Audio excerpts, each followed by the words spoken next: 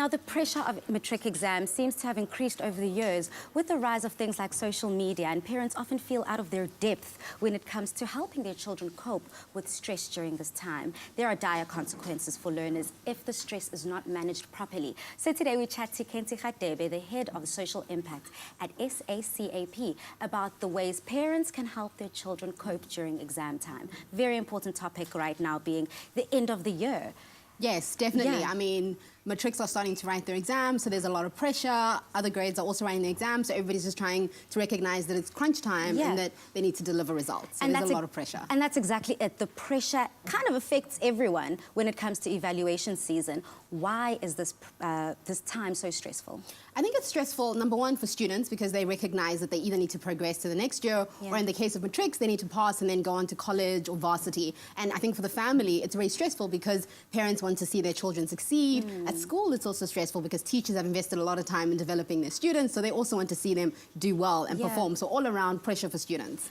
All around. And I know for myself, it helped if I kind of broke down the year. I needed to make sure that I did well with everything so that by the time you do get to exam time, it's not a whole lot of pressure all on the one exam, the 1 3-hour paper.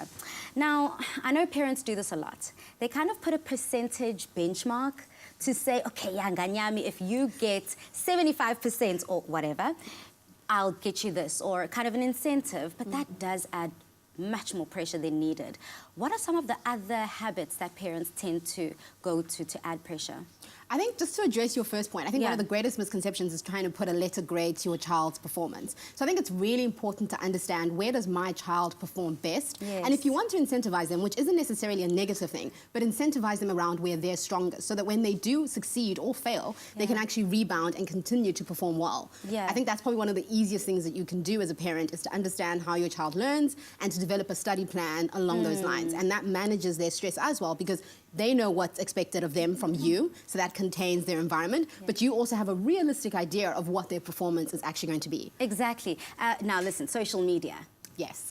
Social media has kind of, and the internet has taken this generation to a completely different level. Some things that our parents didn't necessarily have to deal with. Can you break it down for some of our parents and help them understand how social media can impact their child's learning? I think what's really important is there's different sides to it. So on the one side, I think that we can understand that social media and having access to the internet can greatly advantage your child. So they can access different learning materials, they can access different ways to learn and to study, so YouTube tutorials. So on the one hand, that can be really positive.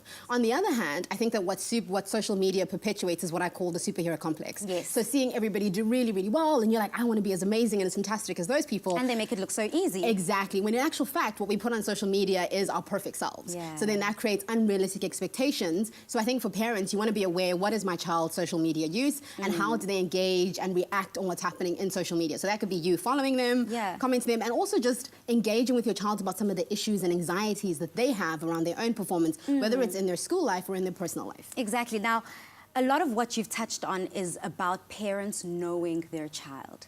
It's very important to see if your child is overworked or if your child is just not doing enough. They kind of need to pull up their socks. So what are some of the telltale signs to be like, okay, my child might be a bit overworked and we need to lessen the load?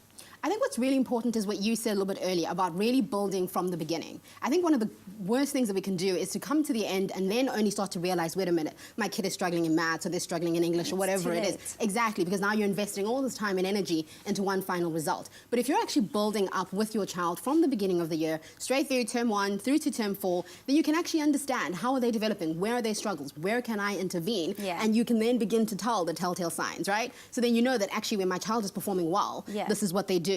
Or when they're performing badly, these are their coping mechanisms. And are these positive or negative coping mechanisms? And what can I do better to assist them in achieving whatever their goals and objectives are? Very important to get to know your child, get to know their learning levels and kind of grow from there. Thank you so much. And so pleased to have you on the show. Thank you for having me. Thank you.